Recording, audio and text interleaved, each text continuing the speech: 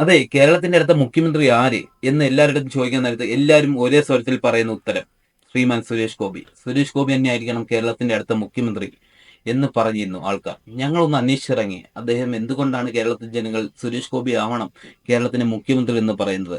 അതിന് ഞങ്ങൾ തൃശ്ശൂരിൽ ചെന്ന് അന്വേഷിച്ചു. അദ്ദേഹം തൃശ്ശൂരിലെ ഇലക്ഷൻ വാഗ്ദാനങ്ങളെല്ലാം പാലിച്ചിരിക്കുകയാണ്. തൃശ്ശൂരിലെ ജനങ്ങൾക്ക് കൊടുത്ത എല്ലാ വാഗ്ദാനങ്ങളും അദ്ദേഹം ഒന്നുപോലും വിടാതെ നിറവേറ്റിയിരിക്കുകയാണ്. അതായത് അദ്ദേഹം തൃശ്ശൂരിൽ മെട്രോ കൊണ്ടുവരുമെന്ന് പറഞ്ഞു. അതെ, ആ മെട്രോ എത്തിയിരിക്കുകയാണ് തൃശ്ശൂരിൽ.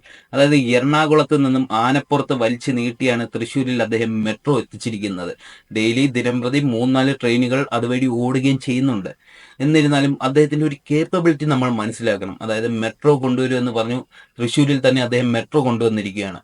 ഇനി അടുത്ത അദ്ദേഹത്തിന്റെ ആഗ്രഹം ഇതായിരുന്നു, ചാവക്കാട് കടപ്പുറത്ത് ഒരു തുറമുഖം, അതും ഇന്റർനാഷണൽ സീപോർട്ട് അദ്ദേഹം കൊണ്ടുവന്നിരിക്കുകയാണ്. അതിന്റെ ഡ്രഡ്ജിങ് നടന്നുകൊണ്ടിരിക്കുകയാണ് ചാവക്കാട് കടപ്പുറത്ത്. തൃശ്ശൂരിനി മാറും, തൃശ്ശൂരിനി മാറ്റം വരും, കേരളം മാറും എന്നാണ് അദ്ദേഹം മുമ്പ് പറഞ്ഞിരിക്കുന്ന വാഗ്ദാനങ്ങൾ. ആ ഒരു വാഗ്ദാനങ്ങൾ അദ്ദേഹം ഒന്നടങ്കം പാലിച്ചുകൊണ്ടിരിക്കുകയാണ്. ഇനിയിപ്പോൾ അദ്ദേഹത്തിന്റെ ഭാഗത്തു നിന്നും വരാൻ പോകുന്ന റിപ്പോർട്ട്, കേരളത്തിൽ അദ്ദേഹം എയിംസ് കൊണ്ടുവരും എന്നാണ് പറഞ്ഞിട്ടുള്ളത്.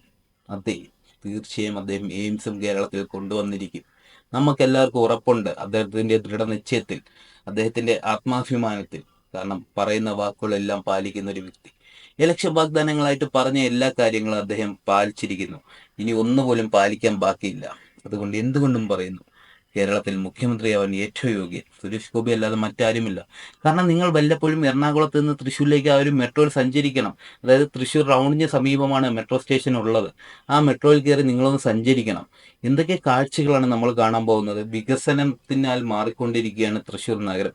പാലിയേക്കര ടോൾ കൊടുക്കേണ്ടതില്ല. നമുക്ക് മെട്രോയിൽ തൃശ്ശൂരിൽ നിന്ന് കയറി ഏകദേശം അരമണിക്കൂർ കൊണ്ട് നമുക്ക് ആലുവയിൽ ചെല്ലാം. അല്ലെങ്കിൽ 3/4 മണിക്കൂർ കൊണ്ട് നമുക്ക് എടപ്പള്ളിയിൽ ചെല്ലാം. ലുലുവിൽ കയറി പർച്ചേസ് ചെയ്തിട്ട് അതേ കണക്ക് തൊട്ടടുത്ത മെട്രോയിൽ കയറി നമുക്ക് തിരിച്ച് തൃശ്ശൂരിലെത്താം. അത്രയും അവസരങ്ങളാണ് അദ്ദേഹം നമുക്ക് വേണ്ടി ഒഴുക്കി തന്നിരിക്കുന്നത്. കാരണം മെട്രോ എന്ന് പറയുന്നത് നിസ്സാരമല്ല, വളരെ നിസ്സാരമായി. ഏകദേശം 1.5 വർഷം കൊണ്ടാണ് അദ്ദേഹം തൃശ്ശൂർ മെട്രോ കംപ്ലീറ്റ് ചെയ്തിരിക്കുന്നത്. അതിനാൽ തന്നെ കേരളത്തിന്റെ മുഖ്യമന്ത്രി ഏറ്റവും യോഗ്യതയുള്ള ആൾ അദ്ദേഹമാണ്. അദ്ദേഹം കേരളത്തിന്റെ മുഖ്യമന്ത്രിയിൽ കേരളത്തിന്റെ സ്റ്റാൻഡേർഡ് ഇന്റർനാഷണൽ ലെവലിലേക്ക് മാറും. കേരളത്തിൽ ഒട്ടനേകം തുറമുഖങ്ങൾ വരും, ഒട്ടനേകം ആശുപത്രികൾ വരും, ജനങ്ങളുടെ എല്ലാം ചികിത്സ സൗജന്യമായിരിക്കും. പിന്നെ അദ്ദേഹത്തിന് നിവേദനം കൊടുക്കാൻ എങ്ങോട്ടും പോണ്ട. അദ്ദേഹം ഓരോ ഇലക്ഷൻ ടൈം ആകുമ്പോഴും നമ്മുടെ എല്ലാവരെയും ഓരോ വീട്ടിൽ വന്ന് ഫുഡെല്ലാം കഴിക്കും. നമ്മളപ്പോൾ അദ്ദേഹത്തിന് നിവേദനം കൊടുക്കാം.